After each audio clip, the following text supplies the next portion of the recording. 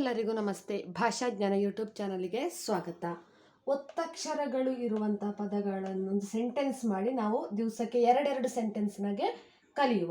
ಒತ್ತಕ್ಷರಗಳಿರುವ ವಾಕ್ಯವನ್ನು ಓದುವುದು ಮತ್ತು ಬರೆಯುವುದು. ಒತ್ತಕ್ಷರಗಳಿರುವ ವಾಕ್ಯಗಳು daily 2. Okay, first sentence is ಮಕ್ಕಳು.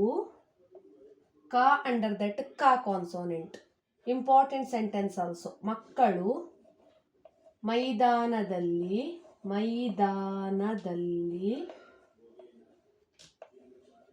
ಆಟ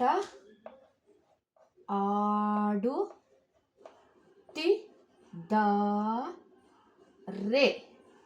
ಮಕ್ಕಳು ಮೈದಾನದಲ್ಲಿ ಆಟ ಆಡುತ್ತಿದ್ದಾರೆ.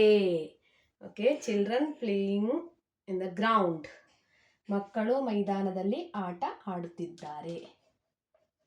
ಸಕ್ಕರೆ, ಸೆಕೆಂಡ್ ಸೆಂಟೆನ್ಸ್, ಸಕ್ಕರೆ ತುಂಬ ಸಿಹಿಯಾಗಿದೆ.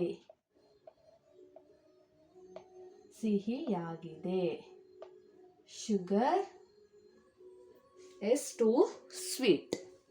ಮಕ್ಕಳು ಮೈದಾನದಲ್ಲಿ ಆಟ ಆಡುತ್ತಿದ್ದಾರೆ. ಸಕ್ಕರೆ ತುಂಬ ಸಿಹಿಯಾಗಿದೆ. ಸಬ್ಸ್ಕ್ರೈಬ್ ಮಾಡಿ. Thank you for watching.